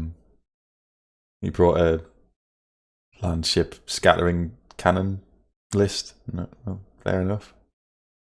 Most of the lists were positive comp, except one which was like -9 or something. That was the one outlier. And I had a really good time. Bro, so you recommend it to everyone next year? Absolutely. If he runs it again, I'll be going again. Will you be taking 3 dragons and 2 frosties? I might be bringing a Mono Zinch demon list. Who knows? 3,000 points of Mono 3,000 points of Mono Zinch. And then I'll be That's a lot of horrors. This list doesn't work. Mate, I can tell you now, it doesn't work. You don't need to go to a tournament. Have you practiced it? No, of course I haven't. But yeah, that was my experience. Another tournament down. A good experience. Met some of the people there have joined the Discord group for our local Discord group, so we're going to try and get some intercity rivalry going on with them. Nice. So it's been some good, not just a nice time on the day, but there's been some good networking come out of it. And that's one of the thing about, sometimes tournaments can get a bad reputation in terms of, it's just a load of people wanting to like power game and stuff. I do go to those tournaments, but it's also a great chance to just meet people who aren't in your local gaming group. And like, I know so many people at these tournaments now by name. Yeah. And 90% of the people who go to these tournaments are just genuine, lovely people who, you want to spend your weekend with. So it is strange because there's people who I only know through the 4 tournaments I've been to, but you talk to them like you've known them forever, like the Triple Crown fellas and Dave and people like I only know you because I've played 8 hours of Warhammer in the same building as you. But the social side of it, I've not had a bad experience at a tournament socially. I mean, 20 is pretty bad, but you've never played me at a tournament, have you? So that's probably well, you keep avoiding me, so Yeah. Hey, I laid down a challenge at the last one we're both at, and you dodged me. It's not true. Is it? Oh no, sorry, it was the one before. It was it. No. The one at the start of the year. I wanted to play you, and you were like, no. And then in the one against in the Graham's tournament, I wanted to play you, and you did one. And you were like, no, I'll go play James's Orcs and Goblins Gunline instead. That's not how I remember it, but next time. I'll get you next time. Next time is when you bring in the -5 Alario list, though. The spoilers. Yeah, well, that's another thing about spoilers. This. No, it's not a spoiler. That's another thing about this tournament, though, because it was just a really good. Yeah, because I do default to usually that list, although the past 2 tournaments I've not taken it. But this was just something completely different, and just it was basically just to see if it could be done and what it would be like. Because I think the man of the match is the Prince. He did so much heavy lifting, and he carried the army, whether by doing enough, like in game 2, where he managed to kill off enough Lizardmen to bring the points back, or just by keeping himself out the way at the end of the game to preserve the points against the Khorne. And in this one, he's going after Tetraecho, then he's killing the Skink Priest, and he's going back round, and he's going into the monsters, and he's going into the. He's wet tissue toughness wise, but he's just a hero, and I really like the model, and I like using him, and it's just nice to use him in a tournament where it's not just I'm just taking a casual game, so it doesn't matter. But no, he's actually going to do something. That was nice. Yeah, it's and I think that's the benefit of doing the 3,000 points. Yeah, that's it. If everyone's competent and they know how to use their army in a way, no, I mean, I'm still here. Not in terms of tactics, but in terms of I know what this does, what this does, and you're not having to check the army book every 2 seconds, which is what I have to do now. So I don't know why. But anyway, it's like you can get through the games then, and also you get to use things that you never get to use before. I remember talking to you as you were painting your 3 dragons. It's just like. Yeah, great. How often are you ever going to do that? Yeah, will it happen again? Probably not until this is run again. So it's just nice to get these models onto the table and play them, not just like a one-off, like 5 games in a row. How many painted points of painted high elves have you got now because of this? Well, that you're adding another 600, 3. 4, there's probably another 1,000 points in dragons, more or less. Added there. So in total, I don't know, I could probably put about 4,000 or 5,000 points out painted. Nice. Brilliant. That's why I like tournaments, because they encourage me to do the painting, because otherwise I wouldn't do it. Especially when there's a rule that gives. Well, yeah.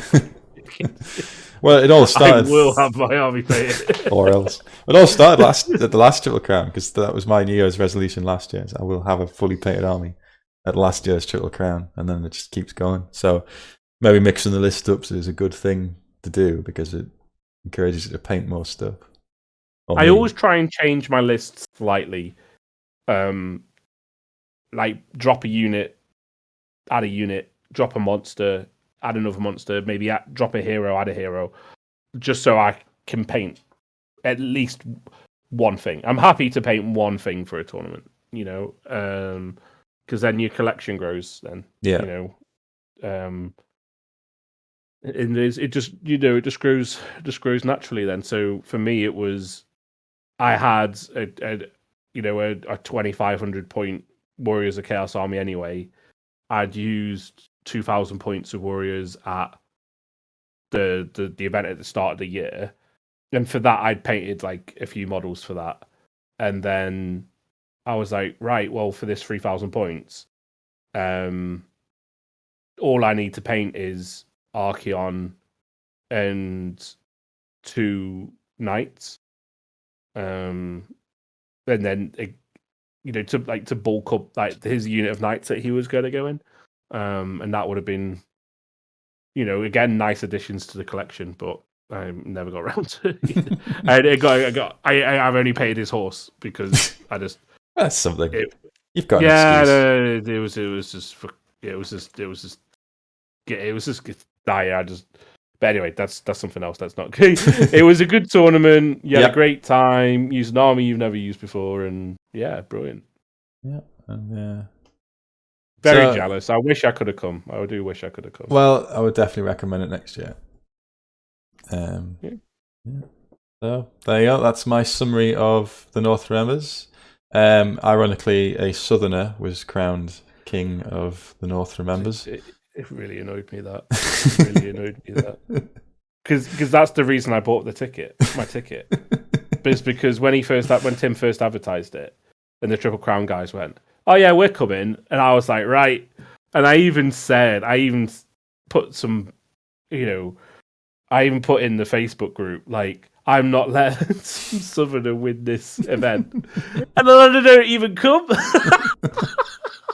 So it's your fault, in effect. It is my fault. I do feel like it is my fault that, James Lammin won it. I am distraught that he won that event.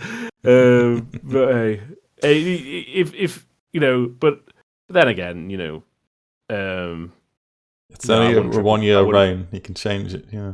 Yeah, my Triple Crown reign's not going to last. This next tournament. So. He did actually get a crown as well. Tim did get a proper crown. Well, proper. It was it certainly looked shiny. He was crowned. So wow. You have to step up your game now when you run these tournaments. The gimmicks and the props, they have to be. There's like an arms race for them. Well, I went to a 40k tournament once, and I ended up winning. And I had all the previous winners had their they had this big demon sword, like proper they forged, and they had like the names of all the previous winners in the years like engraved onto the sword. So I got my name engraved on there in the year. I was like, I don't know what ever happened to it. It's probably in someone's garage now at home, but like it's on eBay. That year I got my name like engraved into it. I was just like, that's pretty cool. Well, you never know. Maybe next time. Yeah, maybe next time. Well, thank you for chipping in, I suppose, to sharing the misery of me trying to learn an army list straight away in the middle of a tournament. But... Well, I've heard your side of the story. Yeah, that's right. And I'm not giving you anyone's names to check out whether it's true or not. You could get everyone else's version of the truth now. Right. Well, see you on the next episode. Cheers, guys. See you later.